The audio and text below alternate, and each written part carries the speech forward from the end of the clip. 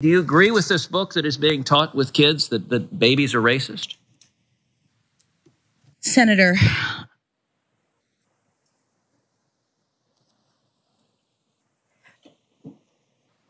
I do not believe that any child should be made to feel as though they are racist or though they are not valued or though they are less than, that they are victims, that they are oppressors. I don't believe in any of that.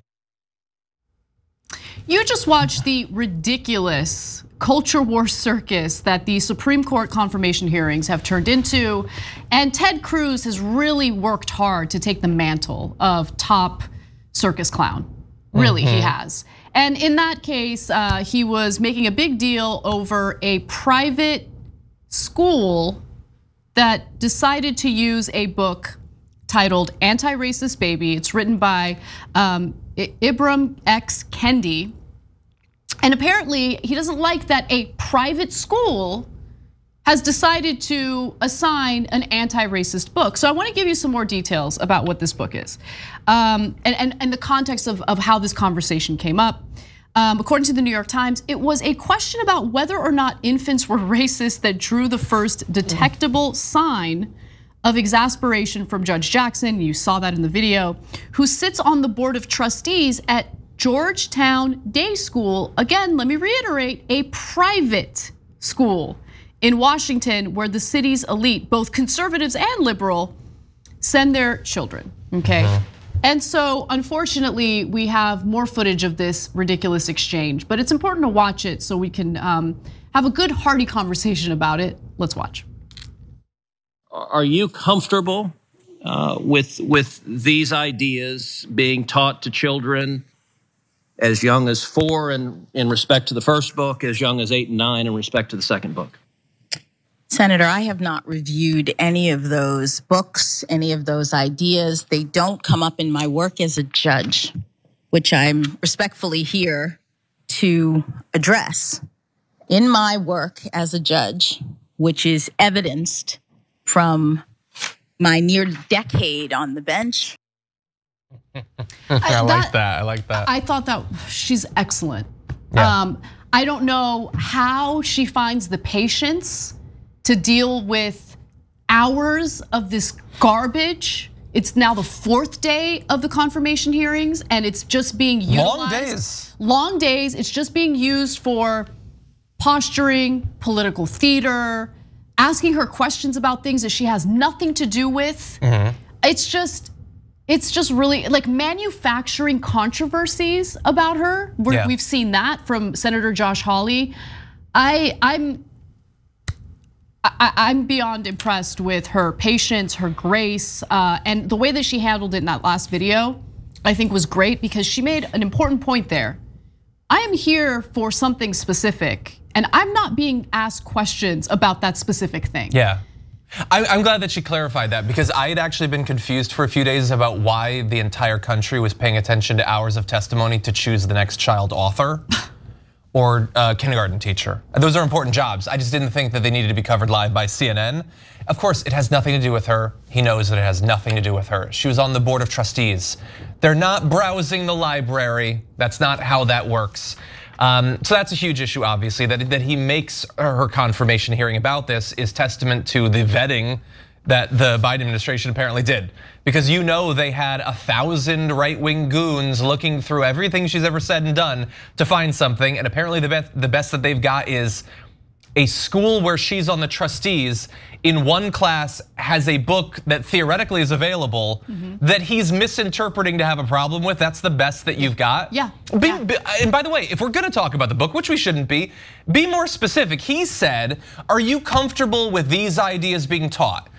What ideas? You just said that the book says that babies are racist. That's not what the book says. That's not what the book says, exactly. Yeah. The book implies that someone who is young even can experience or express racial bias.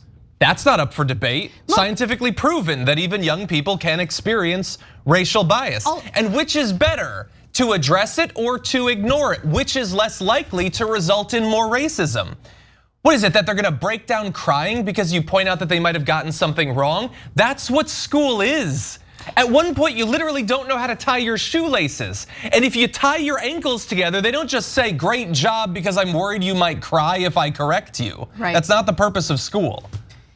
Yeah, it's interesting because like some might argue, well, these kids are so young, why would they need to learn about these concepts so early? But look, I'm gonna talk about a personal experience to give an example of why it's important. So before I started going to school, look, my parents sheltered the hell out of me. Like my parents are immigrants. My mom is scared that if she like goes to the mall, she's gonna get lost. Like it's a new country for them, they're terrified, right? Like not terrified, but they're just very protective. And so the first time I had ever had any contact with a black student was when I was in school. A black person was when I was in school. It was the first time I saw someone, and it was in kindergarten, right? And since it was the first time I was actually aware of race or racial differences, I had asked her a question, and the question was hurtful to her because I asked about her hair, right? I asked her, why is your hair like that? I didn't know, I'm a kindergartner, I don't know any of this stuff. I'm just asking, at that time, it's an innocent question, but obviously it causes hurt in someone, and it's not right. Like the education's important because kids should understand like what differences are and how racial discrimination is wrong, how we're all the same people, like we're all people, like we should love and respect each other. Like that's a good education, not a bad education. Like Ted Cruz is pointing to that as something that's like demonic, something that's terrible, right? Yeah. As if that book and the education that comes along with it teaches people to hate themselves, teaches kids to hate themselves. Yeah. No, it's helping kids understand, yes, appearance-wise, there might be differences among us. Certainly society treats people differently, unfortunately, but it also helps them understand the importance of loving and respecting one another. Yeah. Yeah, that incident that you had is an opportunity for growth and learning. What they say that they want is for that you to ask the question, and then the teachers come in and be like, no, nobody say anything else. Just back off. Don't address any of this.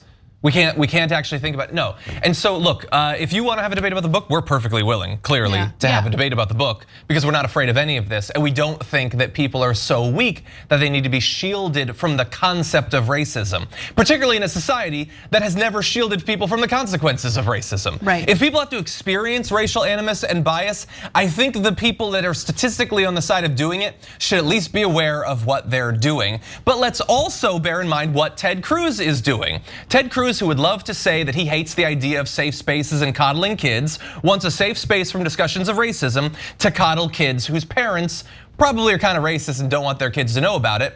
And what would he have her do? Now, she's not gonna be in charge of the curriculum there. As a member of the Supreme Court, she has no authority.